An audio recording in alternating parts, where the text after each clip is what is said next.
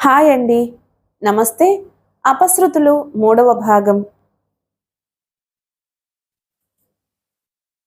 అబ్బాయ్, నీ వరసేమీ నాకు నచ్చలేదు. కోపంగా, విసురుగా శ్రీనివాసరావును సమీపించి అన్నాడు రంగనాథం. కోడలు వరసేనా నచ్చింది? వ్యంగ్యంగా నవ్వాడు శ్రీనివాసరావు. తనేం చేసిందిప్పుడు? అప్రదిష్ట మాటలని? అప్రదిష్ట? ఎవరికో పుట్టిన బిడ్డని మీ మనవడిగా ఎత్తుకుని ముద్దులాడగలరా నాన్న?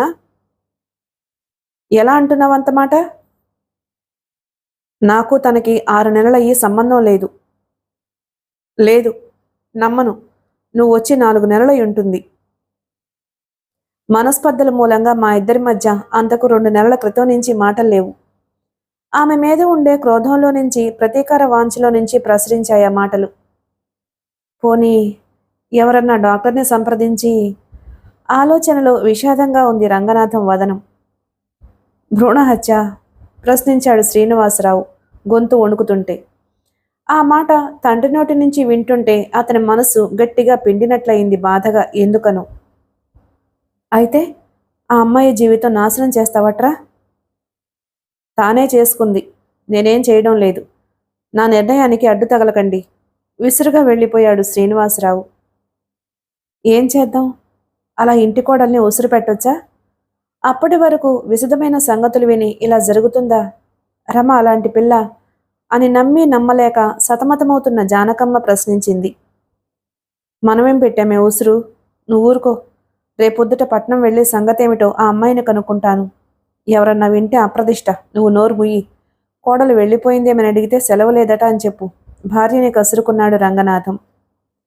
ఆ రాత్రి లోకం మంచి చెడు, పాపం పుణ్యం ఎన్నో రకాల హితబోధలు చేసి రమకి కొడుక్కి సామరస్యం కుదిరి మళ్లీ కాపురం చేయాలనే కాంక్షతో అనునయించబోయాడా తండ్రి. మొండి పట్టుదలే విడవని శ్రీనివాసరావు తండ్రిని కూడా తోలనాడాడు. సహించలేని రంగనాథం రాత్రి 11 గంటల వేళ ఎలా విడాకులిస్తావో చూస్తాను అని గట్టిగా అరిచి లేచి నిల్చున్నాడు. ఎలానా అంటూ వికటంగా నవ్వి, నాకు ఈ కాపురం అక్కర్లేదు. అతనికి నాకు పుట్టబోయే బిడ్డకు అతనికి ఏ సంబంధమూ లేదు. అతను మళ్ళీ వివాహం చేసుకోవచ్చు అని రాసి విడాకులిస్తే ధన్యురాలే. లేకపోతే దాని మగ స్నేహితులు రాసిన ఉత్తరాలు నా దగ్గరున్నాయి. ఏం రాశారా? రెట్టించిన కోపంతో అరిచాడు రంగనాథం. భర్తతో కాపురం చేసే భార్యకు ఏమిటి రాస్తారు? ఎందుకు నన్ను ఆవేశపడతారు? ఆమె మగవాళ్లతో స్వేచ్ఛగా తిరుగుతుంది, మాట్లాడుతుంది. నా మాట 100కి 100 పాళ్ళు నెగ్గుతుంది. ఆమె కొలట అంటాను. అలా రుజువు చేసి ఆమె నడవడి అనుమానాస్పదమైందని చాలామంది చేత చెప్పిస్తాను. నేనే విడాకులిచ్చి మళ్ళీ పెళ్లి చేసుకుని హాయిగా బ్రతుకుతాను. హబ్బా, నన్ను బ్రతకనియండి నాన్న. దాన్ని వదిలించుకుని ఒంటరిగా హాయిగా గాలి పీల్చాలనుంది. ఏమున్నా ఏమి లేకపోయినా బ్రతుకులో అది నాకు వదిలిపోతే చాలు. నేను మరి భార్యగా తనని భరించలేను నాన్న. బాధగా తలకొట్టుకున్నాడు శ్రీనివాసరావు. 4 క్షణాల మౌనం తర్వాత నెల తప్పిందో లేదో ఏం పాడో డాక్టర్కి చూపిస్తానుండు. ఆమెను మెరుపులో ఏదో ఉపాయం తట్టిన రంగనాథం నెమ్మదిగా అని కొడుకు జవాబు అంగీకారం వినకుండానే తన గదికి వెళ్ళిపోయాడు. ఉదయం కాఫీ తెచ్చిన జానకమ్మను నాన్నేరి అని అడిగాడు శ్రీనివాసరావు. అక్కయ్య గారి ఇంటికి వెళ్ళానని చెప్పమన్నారు. ఓ, చెప్పమన్నారా అంటూ అదోలా నవ్వి, కోడల దగ్గరికి వెళ్ళుంటారులే. వెళ్ళని, మోజుపడి చేశారుగా, ఆఖరిసారి చూసి మాట్లాడొస్తారు అన్నాడు శ్రీనివాసరావు. బాబు, నిజంగా ఆ అమ్మాయి అంత అప్రదిష్ట పని చేసిందంటావా? తల్లి ప్రశ్నకు సమాధానం చెప్పబోతూ తలెత్తిన శ్రీనివాసరావు రాశాంత అమ్మ ఇంట్లోనే ఉంది అన్నాడు చనువుగా. బిడియంగా లోపలికొస్తూ ఎందుకో రమ్మన్నారట అంది శాంత జానకమ్మ వైపు చూస్తూ. నా తల్లే, వచ్చావు. అప్పడాలు 4 చేద్దామని పిండి కలిపాను నిన్న మధ్యాహ్నం, ఆరకపోతాయా అని. ఇంతలో కోడలు రావడం. ఇచ్చేయండి అత్తయ్య, ఇంటికి తీసుకువెళ్ళి అమ్మ నేను కూడా ఒత్తుతాము, ఎండబెట్టి తెచ్చిస్తాను. ఆ అబ్బాయి ఉన్నాడని కాబోలు మొహమాటం. మనలో మనకి అలాంటి బిడియాలేమిటమ్మా, రా కూర్చో అంటూ పీటవాల్చింది జానకమ్మ. ఓరగా బొద్దుగా పచ్చగా ఉన్న ఆమె అందాన్ని పరిశీలనగా చూస్తున్న శ్రీనివాసరావు ఒక్కసారి బరువుగా కనురెప్పలెత్తి ఆమె వైపు చూడగానే చప్పున చూపులు తిప్పుకున్నాడు. అతని అందాన్ని చూసిన ఆమె చలించిందొక క్షణం. మరొక్కసారి చూడాలని మెల్లగా తలెత్తి అటువైపు చూసింది. అతను అప్పటికే వెళ్ళిపోయాడు. నీరసంగా సర్వం కోల్పోయిన పేదల దీనంగా ఎటో శూన్యంలోకి చూపులు పరుస్తున్న రమ అమ్మాయి అన్న రంగనాథం పిలుపు విని ఉలిక్కిపడి లేచి నిల్చుంది. ఆమె హృదయంలో ఏదో ఆశావీచిక కదిలింది. మోడైపోయిందనుకున్న తన జీవితం చిగిర్చి పుష్పించి ఫలించి శోభించినట్లు ఆమె వదనంలో ఆనందరేఖలు విరిశాయి. గబగబా చీరచెంగుతో ముఖం తుడుచుకుని రండి మావగారు అంది. తాను కూర్చుంటూ కూర్చోమ్మా అన్నాడు రంగనాథం. అతని ఎదురుగా మంచం పట్టె మీద కూర్చుంది రమ. కొన్ని క్షణాలు భరించలేని నిశ్శబ్దం, ప్రవాహంలా వరకబోయే ఎన్నో మాటలకు ఆనకట్టగా సంభాషణ సారాంశం ఎలా ఉంటుందో అన్న దిగులుతో మౌనం రాజ్యం చేసింది. మరేమీ అనుకోకు, అబ్బాయి అంటున్న మాట అంటూ తడబాటుగా కోడల వైపు చూశాడు రంగనాథం. ఏమిటా మాట? కటువుగా ధ్వనించింది రమ గొంతు. తల్లి తండ్రి తోబుట్టువులు ఎవ్వరూ లేని నీకు నే తండ్రిలాంటి వాణ్ణి తల్లి, వాణ్ణి ఒప్పించలేను. నువ్వన్నా నేను చెప్పిన మాట విని ఎవరన్నా డాక్టర్ని సంప్రదించి అది లేదనిపించుకుంటే గాని అంటూ రమవైపు చూశారు రంగనాథం. నిరసనగా నవ్వింది రమ. ఇదా మీరిచ్చే సలహా? క్షమించండి, మరొకసారి దయచేసి ఆ మాట అనకండి.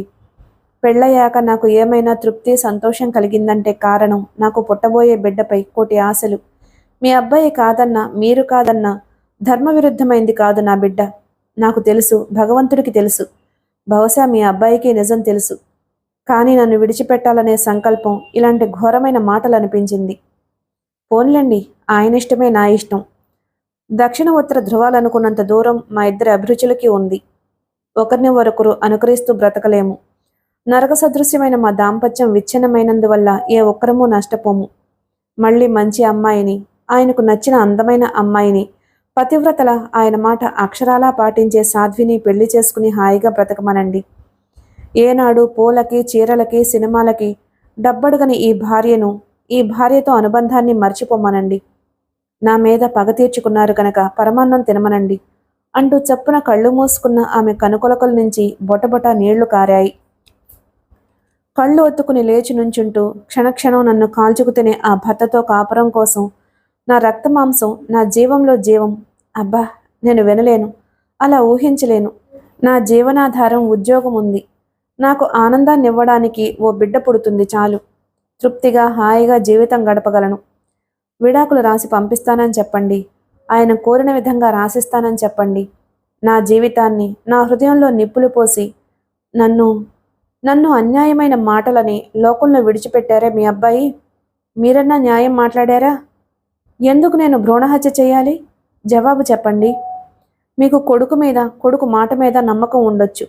కానీ అతని భార్యగా, మీ ఇంటి కోడలిగా నా తరపున ఏమైనా ఆలోచించారా?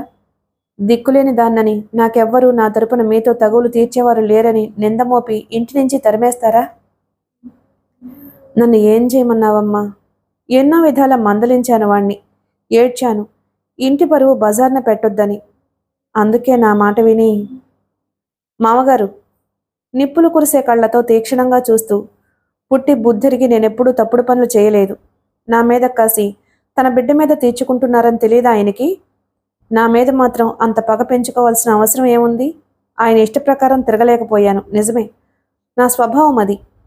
ఆయనకు నచ్చని చీర కట్టానని, ఉద్యోగం మానలేదని నేను మోయలేని నిందమోపి ఘోరంగా విడాకులు రాసివ్వమంటారా? అంతకన్నా మీరంతా కలిసి నన్ను చంపేరాదు? దుఃఖంతో గొంతు వణుకుతుంటే, నిర్విరామంగా కళ్ళు వర్షిస్తుంటే అందిరమ్మ ఉన్మాదినిలా. జాలిగా బాధగా ఆమె వైపు చూస్తూ, ఏమిటో నాకు ఆయువు మూడింది కాదు, మీ కర్మ అంటూ లేచి నిల్చున్నాడు రంగనాథం. ఇదే సలహా మరొకసారి ఇవ్వనక్కర్లేదు. వెళ్ళండి, కొడుక్కి సంబంధం చూడండి, బాగా కట్నం తీసుకోండి. కానీ ఆమె కళ్ళల్లో దుమ్ము కొట్టి మరొక ఆడదాన్ని అన్యాయం చెయ్యొద్దని మీ అబ్బాయికి చెప్పండి. రోషంగా అని వంటింట్లోకి తప్పుకుంది రమ. చరచరా వీధిలోకి నడిచాడు రంగనాథం బాధగా నిట్టూరుస్తూ. భర్తకు విడాకులిచ్చిన రమ లోకానికి లోకువైంది. వ్యంగ్యోక్తులు, హాస్యాలు, ఓరచూపులు నిర్లక్ష్యంగా రోజులు దొర్లిస్తున్న రమకు ప్రమోషన్ మీద మరొక ఊరు ట్రాన్స్ఫర్ చేస్తూ ఆర్డర్స్ వచ్చాయి. ప్రమోషన్ లేకున్నా ఆమెకు ఆ పరిసరాలు, తను తన భర్త కాపురం విడాకులు తెలిసిన ఆ ఊరు విడిచి దూరంగా వెళ్ళిపోతుంది. ట్రాన్స్ఫర్ ఒక దివ్యవరంగా భావించింది. కొత్త ఊరు, కొత్త మనుషులు, ఆమెను పరిచయం చేసుకున్న వ్యక్తులు. మీ వారెక్కడున్నారు? ప్రశ్న. మిలిటరీలో. రమ జవాబు.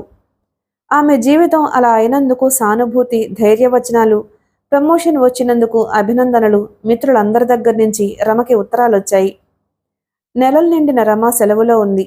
ఒక నమ్మకమైన పని మనిషిని కుదుర్చుకుని ఎప్పుడూ తనకు సాయంగా ఉంచేసుకుంది.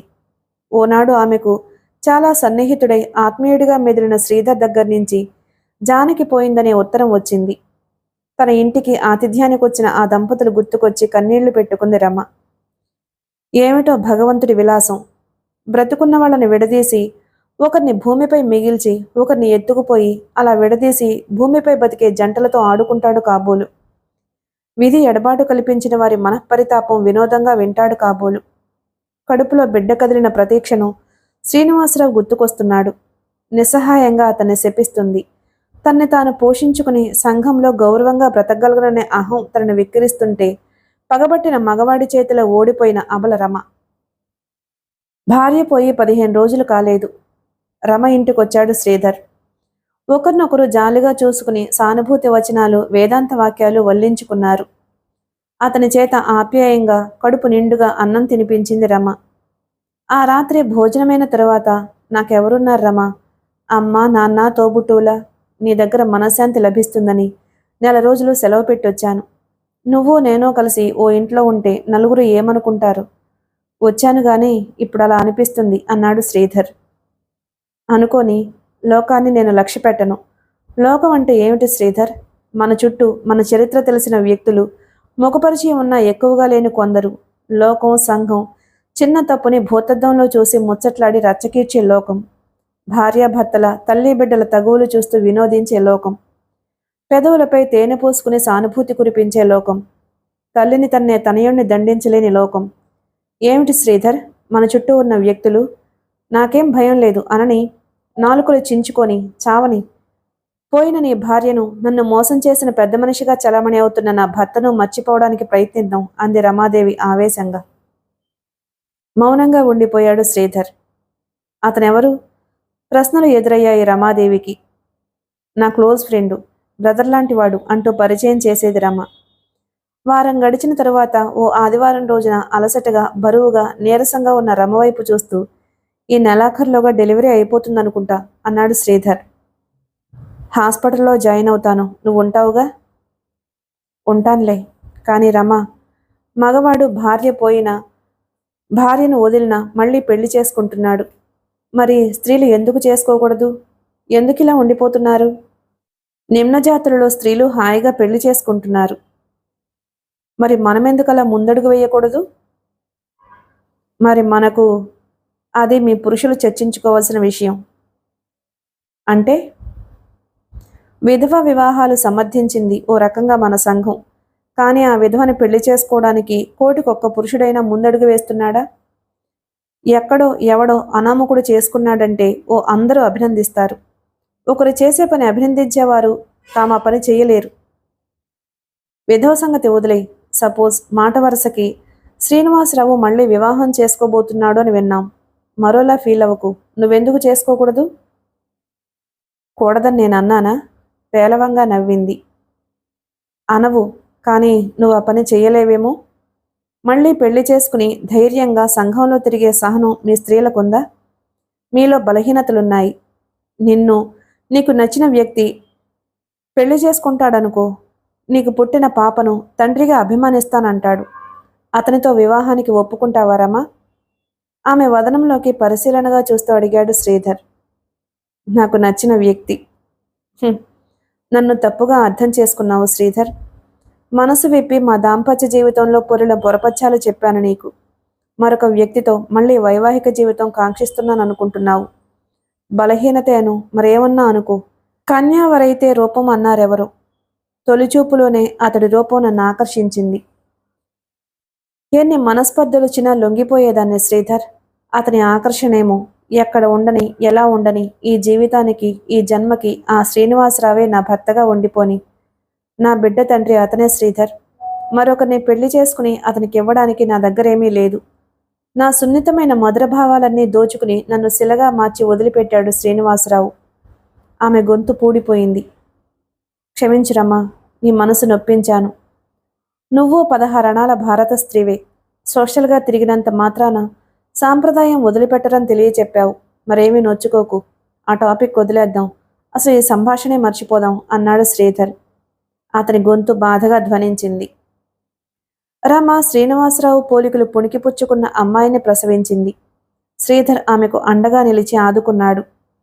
సంధ్య చీకట్లు చెదిరి సన్నటి వెన్నెల కురుస్తుంది. పసుపచ్చని నేత చీర నిండుగా కట్టుకుని తలనిండా చంద్రకాంత పూలు తురుముకుని తడబడే అడుగులతో నెమ్మదిగా శ్రీనివాసరావు గదిలోకి వచ్చింది శాంత. మీరు పిలిచారట అంటూ. రా, ఇలా కూర్చో అన్నాడు అతను కుర్చీ చూపిస్తూ. చిరునవ్వుతో 2 క్షణాలు ఇద్దరి మధ్య మౌనం రాజ్యం చేసింది. నాకు ఇప్పట్లో మళ్ళీ ఇంత తొందరలో పెళ్లి చేసుకోవాలి అని లేదు. కానీ అమ్మా నాన్న నీతో పెళ్లి నిశ్చయం చేసినట్లు చెప్పారు అంటూ ఆమె వైపు చూశాడు. సిగ్గుగా తలవాల్చింది శాంత. నీతో ముందు మాట్లాడతాను అని కోరలేదు, కానీ నాన్నకేదో భయం. నీతో పెళ్లికి ముందు ఏమైనా మాట్లాడవలసిందే, మాట్లాడమని నాతో చెప్పారు. నేను అక్కర్లేదన్నాను. నీతో చెప్పారు కాబోలు నేను పిలుస్తున్నానని. అవును, నెమ్మదిగా అంది శాంత. పేలవంగా నవ్వి, ఆకలికి రుచి, నిద్రకి సుఖం ఏం తెలుస్తాయి? ఏదో నాకు ఆదరంగా అన్నం పెట్టి నా కోర్కెలు మన్నించగలిగే భార్య అయితే చాలు, అంతే. నా మనసేమీ బాగోలేదు శాంత. ఈ పరిసరాల్లో మళ్ళీ పెళ్లికి కొడుకుగా నిల్చోలేను. తిరుపతిలో పెళ్లి చేసుకుని 6 నెలల పాటు అలా తిరిగొద్దాం అన్నాడు. చప్పున అతనికేదో గతంలోని సంఘటన గుర్తొచ్చి వదనం వివర్ణమైంది. 1 నెల లీవు శాంక్షన్ చేయించుకొస్తాను. దక్షిణాపదమంతా తిరిగేద్దాం. రమ కోరిన కోరిక తను తీర్చాడా? లేదు. తను పౌరుషంగా తిరిగిచ్చిన డబ్బు నాన్న తెచ్చుకున్నారు. వెంటనే మా మధ్య నాటకమాడారు నాన్న. ఇంకా ఏవో గతంలోని వాగ్యుద్ధాలు గుర్తుకొచ్చిన శ్రీనివాసరావు మొహం రోషంగా కందింది మళ్ళీ. కొన్ని క్షణాల మౌనం తర్వాత లేచి నిల్చుంటూ, మరొస్తాను, మీ ఇష్ట ప్రకారమే జరగనివ్వండి. నేను ఎప్పుడూ మీ ఇష్ట ప్రకారమే నడుచుకుంటాను అని నెమ్మదిగా వెళ్ళిపోయింది శాంత. ఆమె తనను ఆకర్షించలేకపోయినా, హృదయంలో తీయని పులకింతలు లేకున్నా తన ఇష్ట ప్రకారం నడుచుకుంటాను అని చెబుతుంది. తనకి భార్య కాబోయే శాంత. ఎందుకో తేలిగ్గా నిట్టూర్చాడు శ్రీనివాసరావు. తాను వివాహం చేసుకుంటున్నానని తప్పక రమ్మని రాశాడు శ్రీధర్. బిడ్డను ఆయాకు అప్పగించి వెళ్లబోయే రమ వెక్కి వెక్కి ఏడ్చింది. పెళ్లికి ముందు తను ఎన్నో కలలు కంది. తను భర్త ఉద్యోగాలు చేస్తూ డబ్బు సంపాదిస్తూ ఉంటే, అత్తా మామలు తమ పిల్లల సంరక్షణ చేస్తుంటే, ముద్దుగా మురిపెంగా తను తన భర్త మధ్య 1-2 పిల్లలు. ఆ పాపని హృదయానికి మృదువుగా హత్తుకుంటూ, పాపని ఆయాకు అప్పచెప్పి వెళ్ళిపోతూ, అమ్మ మీద కోపం వస్తుంది కదూ, మీ అమ్మ మొండిది, ఇంకా రాక్షసి. నువ్వు ఆడదానివి కాకుండా మగవాడివయ్యుంటే ఈ దేశంలో మన సంఘంలో గర్వంగా ఎన్ని తప్పులు చేసినా తలెత్తుకు తిరిగేదానివి. కానీ ఆడపిల్లవు, నాలాంటి ఆడదానివి. మగవాడి వదిలిన ఆడదానికి సంఘంలో గౌరవస్థానం లేదమ్మా. మీ అమ్మకు రవ్వంతైనా ధైర్యం లేదిప్పుడు. తన చుట్టూ సంఘాన్ని చూసి జడుసుకుంటుంది. మీ నాన్నగారు అన్నట్టు అందరూ నన్ను ఆశగా చూస్తున్నారు. రోజులు యుగాల్లా గడుస్తున్నాయి. నిన్ను ఎలా పెంచి పెద్ద చేస్తాను, నీ భవిష్యత్తు ఎలా తీర్చిదిద్దగలను? నీకు నాన్న, బామ్మ, తాత, అత్తయ్య అందరూ ఉన్నారు. అన్నట్లు అందమైన బావ కూడా ఉన్నాడు. వారందరి దగ్గర నీ నుంచి నన్ను ఎత్తుకుపోతే భగవంతుడు నేను ఎంతో సంతోషించేదాన్ని. మీ నాన్నగారు నిన్ను ఎంత గారాబం చేసేవారు, నువ్వు ఎంతగా దర్జాగా బ్రతికేదానివి. నేను పోయినా వారందరూ నీకుంటే ఎంత బాగుండేది. మీ నాన్న పని మనిషి కూతుర్ని ఎత్తుకుని ముద్దాడేవారు తెలుసా. ఓ రోజు నేను అసహ్యించుకుంటే ఎవరనుకున్నావు? అలా నన్ను కసరకపోతే ఓ పిల్లని నా కనివరాదు అన్నారు. ఇప్పుడు నేను కన్న పాప నిన్ను మీ నాన్న విసిరి కొట్టారు. నేనా నువ్వా దురదృష్టవంతులం? పిచ్చిగా నెమ్మదిగా అంటూ పాప బొగ్గకి తన చెంప ఆనించి హృదయం పగిలేలా శూన్యంగా రోధించింది రమ. ఇప్పుడు ఆమెకు అలంకరణ మీద శ్రద్ధ లేదు. నలుగురు మాట్లాడితే ఏదో చికాకు. శ్రీధర్కి తన శుభాకాంక్షలు తెలియచేస్తూ జాబు రాసింది. తిరుపతిలో శాంతకు శ్రీనివాసరావుకి శాస్త్రోక్తంగా పెళ్లి జరిపించారు రంగనాథం. అందరి వదనాల్లో ఏదో దైన్యం, పాపభీతి ద్యోతకమయ్యాయి. శ్రీనివాసరావు ఎదలో ఏవో ఆలోచనలు. పాపనెత్తుకుని ముద్దాడే రోజులు కాదని మళ్ళీ మరొక భార్య, మరో రకమైన జీవితం తను మలుచుకున్నాడు. అయినా రమకి ఎంత పొగరు! టక్కున విడాకులు రాసిచ్చింది. కానీ మరొకసారి వచ్చి బ్రతిమలాడిందా? తన కాళ్ళు చుట్టుకుని ఏడుస్తుంది అనుకున్నాడు. ఇంకా క్షమించమని ప్రార్థిస్తూ ఉద్యోగం మానొచ్చేస్తే ఏం చేయాలా అని భయపడ్డాడు. కానీ విడాకులిచ్చి తేలిగ్గా తొలగిపోయింది. తేలిగ్గా నిట్టూర్చాడతను. కొన్ని వేలు ఖర్చు చేసి ఆ ఊరి ప్రెసిడెంట్ అయ్యాడు శ్రీనివాసరావు. నోములు వ్రతాలు అంటూ శాంత కూడా ఖర్చు చేస్తుంది. ఆదాయాన్ని బట్టి ఖర్చులుండాలి. అతగాడిలాగా ఏమి ఇలాగే ఖర్చు చేస్తుంటే ఎన్నాళ్ళలో గుట్టుగా రోజులు వెళ్ళవు అంటూ సణిగేవాడు రంగనాథం. మీకు తిండి బట్ట లోటొచ్చినాడు అనండమాట పౌరుషంగా అనేవాడు శ్రీనివాసరావు. కానీ శాంత పట్టే నోములు అతనికి ఇష్టం కాదు. ఓసారి అన్నాడు నవ్వుతాలుగా, నీకన్నా రమేనయం, ప్రతి నెల కొంత సంపాదించేది. సంపాదించేది లేదు సరిగదా, పండు తాంబూలం, పుష్పం తాంబూలం, 16 ఫలాలు అంటూ డబ్బు తగలేస్తున్నావు. మీకలా చురుగ్గా మనిషి మనసు నొచ్చుకునేలా మాట్లాడడం అలవాటు. డబ్బు తెచ్చినా మీకు పూలరథం పట్టారేమిటి మీరు? ఆడవాళ్ళన్నాక ఏదో నోము వ్రతము ఉండవు అనేది. 4 రోజుల తరువాత కానీ ఆ విషయమై చచ్చి మానేది కాదు శాంత. రోజులు దొర్లిపోతున్నాయి. ప్రెసిడెంట్ భార్యనన్న అహం, ఆడంబరం కూడా క్రమంగా ఎక్కువయ్యాయి శాంతలు. నువ్వు రమలాగే తయారవుతున్నావు విసుక్కున్నాడు శ్రీనివాసరావు. అబ్బా, 6 సంవత్సరాలై ఆమెను వదిలి బతికి మరొక తోవ నడుస్తున్నా ఆమె గుర్తుండిపోయింది మీకు, శాంత చిరుకోపం ప్రదర్శిస్తూ అంది. అవును, 6 ఏళ్లు కాదు, 6 యుగాలైనా ఆమెను మర్చిపోలేదేమో తను. ఆమె వ్యక్తిత్వంలో ప్రత్యేకత ఉంది. తనకి తోచింది చేయటం, తన అభిరుచులు ఇతరులు మన్నించని, నిరసించని, తనని పొగడని, దూషించని, నిర్లక్ష్యంగా నవ్వేసి హుందాగా టీవీగా బ్రతికింది రమ. ఏ స్త్రీ చేయలేని సాహసం, కనీసం తనను బాధించాలనే సామాన్యమైన కసి, మోసం చేసిన భర్తపై భార్యకుండే సహజమైన కోపం ఏమీ లేకుండా విడాకులు రాసిచ్చింది. ఎందుకు ఆమెపై అలా పగ పెంచుకున్నాడు? ఆమె బలవంతాన తన జీవితంలో అడుగుపెట్టిందా? కురూపిగా ఉండే స్త్రీని తనకు కట్టబెట్టారనా? ఆమె రూపం చూస్తే అసహ్యమా? అయితే శాంత అందం ఆమె ముందు ఏపాటిది? మెరుపు తీగలాంటి రమ్మెక్కడా? గాలిబొంగల లావెక్కి అసహ్యంగా కండలదేరిన శాంతెక్కడా? ఆమె అలంకరణ, స్వేచ్ఛ తను సహించలేకపోయేవాడు. ఇప్పుడు శాంత రెపరెపలాడే పల్చని టెర్లిన్ చీరలు కట్టి మీటింగులకి, ఫంక్షన్లకి హాజరవుతుంది తనతో పాటు. రమకన్నా స్వేచ్ఛగా, హాస్యంగా, చమత్కారంగా ఆడా మగ అందరితో కలిసి మాట్లాడి నవ్వుతుంది. మరిప్పుడు తన మనసు ఎందుకు అలా అప్పట్ల బాధపడడం లేదు? రమ చదువుకుంది, తనతో సమానంగా సంపాదించేది. ఆమె ఇష్టాలు తనపై ఎప్పుడూ రుద్దలేదు. అలా ఉండాలి, ఇలా మాట్లాడాలి అని శాసించలేదు. తన ఇష్ట ప్రకారం ఆమె ఇష్టాలు మానుకోలేకపోయింది. అదే ఆమె తనను చులకన చేస్తుందని అనిపించి బాధపడి పగపెంచుకున్నాడు. రమ ప్రమోషన్ మీద ఏ ఊరో ట్రాన్స్ఫర్ అయి వెళ్ళిపోయిందని విన్నాడు. కానీ ఏం పిల్లని ప్రసవించిందో, ఆడో మగో, అప్పుడప్పుడు పైన ఇంట్లో నిత్యకృత్యాలు నెరవేర్చి ఎప్పుడైనా కొన్ని క్షణాలు మానసికంగా విశ్రాంతి లభిస్తే అతని హృదయంలో మరుగున పడిపోయిన రమ, ఆమె ఆలోచనలు పైకొచ్చి అతని హృదయం తీవ్రంగా స్పందించేది. మనస్సు ఉద్రిక్తతతో కదిలి చలించిపోయేది. అతని వదనంలో నీలినీడలు తారట్లాడేవి. దీర్ఘంగా నిట్టూర్చి ఆలోచన చెదిరిపోవాలనే ఉద్దేశంతో అమ్మా, శాంత అని ఎవరినో పిలిచి ఏదో అర్థం లేకుండా అన్యమనస్కంగా మాట్లాడేవాడు. ఇదేం పాపమో, 6 ఏళ్లయి కాపురానికొచ్చింది. బిడ్డ లేదు, పాప లేదు. రోజు రోజు లావెక్కిపోతుంది. అబ్బాయ్, ఓసారి పట్నంలో చూపించరాదు అని అడిగేది జానకమ్మ కొడుకుని. చచా, దీనికి పిల్లలెలా పుడతారమ్మా, అర్థం లేకుండా బలిసిపోతుంటే. నా తలనింతే రాసుంది మూడుగా బ్రతకమని విసుగ్గా, విషాదంగా అనేవాడు శ్రీనివాసరావు. పోనీ ఎవరి పిల్లనన్నా దగ్గర పెట్టుకుంటే అడిగింది ఓ రోజు. మనవలు కావాలనే వాంఛ అరికట్టలేని జానకమ్మ. ఎవరి పిల్లల్ని దగ్గర పెట్టుకుంటాం? ఒకరి పిల్లలు మన పిల్లలు ఎలా అవుతారు? పోనీ అక్కయ్య దగ్గరన్నా 4 పిల్లలుంటే ఓ పిల్లని తీసుకొచ్చుకునేవారు. అది మన అదృష్టమే. మొట్టికాయ పెట్టినట్టు ఒక్క కొడుకు. వాళ్లే ఓసారి వచ్చి వెళ్తూ ఉండమని రాశారు. సెలవులొచ్చినప్పుడు మా ఇంటికి కూడా ఓసారి పంపమని బావకు రాశాను. వాడిష్టం, నాకేమీ అభ్యంతరం లేదని బావ. తీరికైతే అలాగేలా అంటూ వాడు రాశారు. 4 ఏళ్లయ్యి ప్రతి సెలవులకి రాస్తున్నాను. ఒక్కసారన్నా వచ్చాడా అమ్మా?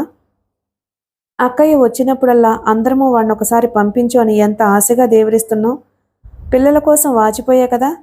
అలాగే అంటుంది. వాడు వచ్చి 4 రోజులు వాళ్ళకి వదలాలనుండదు. మన కర్మ.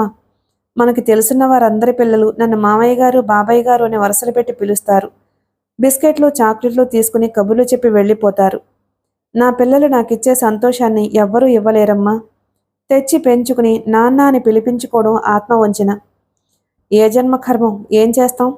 బాధగా నిట్టూర్చి అక్కడి నుంచి గదిలోకో వీధిలోకో వెళ్ళబోయి చిరాగ్గా జుట్టు పీక్కుని బాత్రూంలోకి వెళ్ళి చెమ్మగిలిన కళ్ళు మొహం కడిగి యువతలకొచ్చేవాడు. రమ ఏ పిల్లని ప్రసవించిందో, 6 సంవత్సరాల బిడ్డ ఎలా చిలిపనులు చేస్తుందో, రమ పిల్లని ఎవరికి అప్పగిస్తుందో, తాను కాదన్నా తన బిడ్డ తలపు అతన్ని తీవ్రంగా కదిలించేది. మూగవేదన అనుభవించేవాడు కొన్ని క్షణాలు శ్రీనివాసరావు. ఆమె నుండి విడాకులు తీసుకున్న శ్రీనివాసరావు ఆమె క్యారెక్టర్ గురించి పరోక్షంగా ఎంక్వైరీ చేశాడు.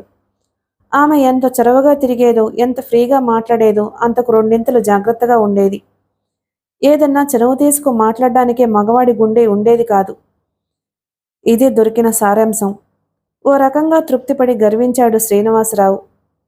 తనతో విడిపోయిన భార్య జారిని కాదు, మనిషిది చిత్రమైన మనస్సు. తనది కాని భార్య ఎలాంటిదైతేనే, కానీ ఆమె జారిని అయితే కసి, బాధ. ఆమె ఎలా బ్రతికినా, తిన్నా తినకపోయినా శీలవతి అయితే చాలు తృప్తి. ఆ కుటుంబంలో ఎవరి వ్యాపకాలు వారివి. ఉదయం సాయంత్రం రచ్చబండ పొలం గట్లపైన కూర్చుని తన వయసు వారితో లోకాభిరామాయణం చర్చించడం రంగనాథం గారి దినచర్య. ఒక పూట వంట, సాయంత్రం పురాణ శ్రవణం, తాను వియ్యపురాలు కలిసి దేవాలయానికి వెళ్లడంతో జానకమ్మ రోజులు దొర్లిస్తుంది. పిల్లలు కలగాలనే తపనతో నోములు, వ్రతాలు, దానాలు, యాత్రలు అలసిపోయే శాంత పార్టీలు, ఓట్లు, ఎలక్షన్లు, డిన్నర్లు సతమతమైపోయేవాడు శ్రీనివాసరావు. ఎంఏ చదివిన శ్రీనివాసరావు తన తెలివి చాకచక్యంతో సమితి ప్రెసిడెంట్ నుంచి పేరు తెచ్చుకున్నాడు. డబ్బు, హోదా పెరగడం, పిల్లలు లేకపోవడం, ఎప్పుడూ బెట్టుగా ఉండే ఆ ఇంటి అల్లుడు తరచూ వచ్చిపోతూ కొడుకును కూడా పంపేవాడు. పచ్చగా, అందంగా 16 ఏళ్ల మేనల్లుడు రామకృష్ణని చూస్తూ ముచ్చటపడేవాడు శ్రీనివాసరావు. మేనల్లుడికయ్యే చదువు గురించి ఖర్చు క్రమంగా తానే భరిస్తున్నాడు. అరుదుగా వచ్చే అక్క చెల్లెలు కామేశ్వరి తరచుగా వచ్చి జరీచీరలు పట్టుకు వెళ్తూ ఉండేది. పదవి, పలుకుబడి, గౌరవం బాగా ఆర్జించిన శ్రీనివాసరావు ఆ చుట్టుపట్ల గ్రామాధికారులందరికీ ఓ తగ్గ మనిషి అయ్యాడు. పెద్ద చిన్న తగులు సునాయాసంగా పరిష్కరించగలిగిన శ్రీనివాసరావుని ఒక న్యాయమూర్తిగా గౌరవించేవారు. కాలగర్భంలో మరొక 12 సంవత్సరాలు లీనమయ్యాయి. మళ్లీ ఎలక్షన్లు రాబోతున్నాయి. ఎమ్మెల్యేగా పోటీకి నిలబడబోతున్నాడు శ్రీనివాసరావు. పదవి వ్యామోహంలో ఉన్న ప్రతివారు తిండి, నిద్ర ఖాతరు చేయకుండా ఒకటే హడావిడిగా తిరుగుతున్నారు. ప్రచారాలు సాగిస్తున్నారు. అదొక పెద్ద పట్నం. కొందరు పెద్దలు, స్నేహితులతో వచ్చిన శ్రీనివాసరావు అన్ని ఆధునిక సౌకర్యాలు అమర్చిన పెద్ద హోటల్లో బస చేశాడు. ఆ పురవీధులన్నీ ఉత్సాహంగా, వినోదంగా విహరించి అలసిన శ్రీనివాసరావు హోటల్ గదికొచ్చి విశ్రాంతి తీసుకుంటున్నాడు. మెత్తని గ్లాస్కో పంచ, కట్బనియను 40 సంవత్సరాలు దాటిపోయిన శ్రీనివాసరావుని పరిశీలనగా చూసిన బాయ్, సార్ అన్నాడు కాస్త బిడియపడుతున్న గొంతుతో. తలెత్తి అతని వైపు చూసిన శ్రీనివాసరావు అతను అడుగుతున్న మాటకి ఊకొట్టాడు అన్యమనస్కంగా. ఆ బాయ్ పెదవులు ఎందుకో విచ్చుకున్నాయి. రాత్రి 10 గంటలు కావస్తుంది. ఏవేవో తీవ్రంగా ఆలోచిస్తూ నిద్రపట్టని శ్రీనివాసరావు ఏదో మెత్తని అడుగుల సవ్వడికి ఉలిక్కిపడి ఒత్తిగిలి చూశాడు. అందమైన 18 ఏళ్ల అమ్మాయి.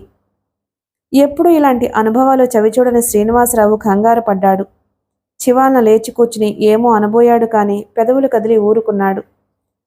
తెల్లని జరీ చీరలో, పచ్చని శరీరం, నల్లని తాచులాంటి జడ, సన్నజాజుల మాల, ఏవేవో మత్తు సువాసనలు. అందమైన అమ్మాయి రూపం అద్దంలో ప్రతిఫలిస్తుంది.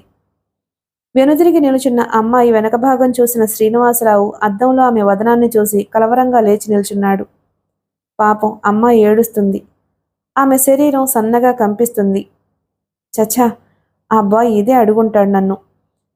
నా మతిమలనతనం కావాలని ఊకొట్టేశాను. అందుకే కాబోలు నా వైపు చూసి వెటకారంగా నవ్వుకుంటూ వెళ్ళిపోయాడు అనుకున్న శ్రీనివాసరావు సిగ్గుపడ్డాడు. తన స్నేహితులు ఇలాంటి అనుభవాలున్నవారు అనుకోవడం తను విన్నాడు. ఆ అమ్మాయిలో చొరవగా సిగరెట్కి అగ్గిపుల్ల వెలిగించి, పాల గ్లాసు, తప్పితే మత్తు పానీయాలు నోటికందించి ఎన్నో చిలిపి చేష్టలు చేసి మగవారిని మత్తెక్కిస్తారట. ఈ అమ్మాయికి కొత్తో మరి తానంటే ఇష్టం కాదు. తొలి రాత్రి రమ, శాంత ఎలా బిడియంగా తలుపువారన నిల్చున్నారో అలాగే నిల్చుంది ఈ అమ్మాయి. వారు ఏడవలేదు, ఈ అమ్మాయి ఏడుస్తుంది. నేనేదో బలవంతం చేస్తానని కాబోలు. కణతలు బలంగా నొక్కుకున్నాడు అలా నిల్చునే. ఆ అమ్మాయి దుఃఖం ఉధృతమవుతున్నట్లు ఆమె భుజాలు కదులుతున్నాయి. మోహన్ చీరచెంగుతో తుడుచుకుంటుంది. అవతలకెళ్ళిపోతావా? జాలి ధ్వనించే గొంతుతో నెమ్మదిగా అన్నాడు శ్రీనివాసరావు. చివాల వెనుదిరిగి ఎర్రని వర్షించే కనులు, ఉబ్బిన కనురెప్పలు, కందిన మొహం ఎత్తి అతని వైపు చూసిన క్షణం అతని పాదాలు స్పృశిస్తూ చప్పున కూర్చుని, మీరు మీరు నాకు తండ్రిలాంటి వారు, మీరు నన్ను రక్షించాలి, వెక్కి వెక్కి ఏడుస్తూ అంది ఆ అమ్మాయి. దిమ్మెరపోయి స్థాణువులా ఇలా ఇవాళ జరుగుతుంది అని అనుకోని శ్రీనివాసరావు నిల్చుండిపోయాడు కొన్ని క్షణాలు చలనరహితంగా. అవతల వాన కురవడానికి సూచనగా గాలి, ఉరుములు వినిపిస్తున్నాయి. తలుపు గడియ వేశాడు. దిక్కులేని దాన్ని, నిర్భాగ్యురాలని, దైవం నన్ను పరీక్షిస్తుంది. నేను అనామకురాల్ని కావాలని, తల్లిని పోగొట్టుకోవాలని, ఆత్మీయంగా నన్ను కాపాడే వ్యక్తిని కోల్పోవాలని శపించాడు భగవంతుడు. శాపోపహతురాల్ని, అందర్నీ కోల్పోయి నేను నమ్మిన వ్యక్తికి దూరమయ్యి ఈనాడు ఇలా పతితల, కులటల, డబ్బుకే శరీరాన్ని అమ్ముకునే నీచురాలిగా మీ గదిలో తోయబడ్డాను. విశ్వనాథన్, నీకెంత కసి! ఆవేశంగా అని పళ్ళు బిగబట్టి, భగవాన్ నన్ను మట్టిలో కలిపేయి, నా జీవితం ఇంతటితో ముగిసిపోని, మీ దగ్గర ఏదైనా చప్పున ప్రాణం పోయే పాయిజన్ ఉందా అని అడిగింది. అవతల దబదబా హోరున వర్షం పడుతుంది. చలించే హృదయంతో, ఆర్ద్రమైన మనస్సుతో, పాపం ఏదో ఊబిలో చిక్కుకున్నట్టున్నావు. నా వల్ల నీకేమీ భయం లేదమ్మా. నేను కోరలేదు నువ్వు కావాలని. నేను కొందరు వ్యక్తుల్ని కలుసుకోవాలని వచ్చాను. ఏవో కొన్ని వ్యవహారాలు ఎదురు తిరిగాయి. నా ఆలోచనల్లో నేను కొట్టుకుపోతుంటే అతనేదో అడిగాడు, సరే అన్నాను. నిన్ను ఈ గదిలోకి నెట్టాడు. చిచి, ఎలాంటి హోటల్లో బస చేసినా నాకు ఇలాంటి అలవాట్లు లేవమ్మా. నేనేమీ నిన్ను ముట్టుకోను, భయపడకు. నా వల్ల జరిగే ఉపకారం ఏదైనా ఉంటే నీకు తప్పకుండా చేస్తాను. లే, సరిగా కూర్చో. ఇందాకేమిటో అన్నావు? నీకు అభ్యంతరం లేకపోతే చెప్పు. ఎందుకు ఇలాంటి సుడిగుండంలో దిగిపోయావమ్మా? దయా, సానుభూతి ఉట్టిపడే కంఠంతో అడిగాడు శ్రీనివాసరావు. గుండెల్లో లావాలా పొంగుతున్న దుఃఖం పెళ్లిబుక్కిందామెకు. మాటలు పెగిలి రాలేదు. కళ్ళు నీళ్లు ఎగిరిపోయేలా ఏడుస్తుందా అమ్మాయి. మౌనంగా స్ప్రింగ్ కాట్ మీద కూర్చున్నాడు శ్రీనివాసరావు అస్థిమితంగా. నన్ను నన్ను ఈ హోటల్ నుంచి, ఈ పరిసరాల నుంచి, ఈ బురద నుంచి తప్పించగలరా? మీకు సాధ్యం కాదేమో, కానీ ఒక్క ఉపకారం చేయండి. ఏదన్నా ప్రాణం పోయే మందు తెచ్చిపెట్టండి. రేపు సాయంత్రం మరో గదికి నన్ను పంపేలోగా ఈ జీవితం మలినం కాకుండా, ఈ శరీరం ఏ తుచ్చులు పాడు చేయకుండా ప్రాణం తీసుకుంటాను. జీరబోయి రుద్ధమైన గొంతుతో అందా అమ్మాయి. పాపం, అసలు నువ్వు ఎవరమ్మా? నీ పేరు అన్నాడు శ్రీనివాసరావు. నేనెవరినని చెప్పుకోను. నా పేరు రాధ. నీకు తల్లిదండ్రులు లేరా? ఇప్పుడు లేకున్నా ఇదివరకు ఉండేవారు. ఎవరు? నువ్వు ఎందుకిలా చిక్కుల్లో పడ్డావు? కుతూహలంగా అడిగాడు. నేనేమీ చెప్పలేను సార్. నేనేమిటో అయిపోతున్నాను. ఎవరన్నా పొంచి నా గొంతు వినొచ్చు. చావకుండా చచ్చేలా కొడతారు. ఇదిగో చూడండి. జాకెట్టు కొంచెం పైకి తీసి వీపు చూపించింది రాధ. ఎర్రని తట్లు. అబ్బా అంటూ నొచ్చుకున్నాడు అతను. నీ కర్మ. నిన్నిక్కడి నుంచి తప్పించి బయట ప్రపంచంలోకి తీసుకువెళ్లాలంటే ఎంతో తతంగం. పోలీస్ రిపోర్ట్ ఇస్తాను, ఇవ్వమన్నావా అన్నాడు శ్రీనివాసరావు. లాభం లేదు. నాలాంటి ఆడపిల్లలు చాలామంది ముందు ఏడ్చి తర్వాత అలవాటు పడిపోయారు ఈ హోటల్లో. పైగా ఇతనికి పెద్ద మనిషిగా పెద్ద పెద్ద ఆఫీసర్లతో పరిచయం ఉంది. డిఎస్పీ ఇతని బావమరిది. నెమ్మదిగా చెప్పు. అసలు నీ తల్లిదండ్రులు ఎవరు? వర్షంలో ఎవ్వరికీ వినిపించదులే. నా తల్లిదండ్రులా? మిగిలిన కథ తరువాయి భాగంలో విందాం. Please like and subscribe my channel. Thank you.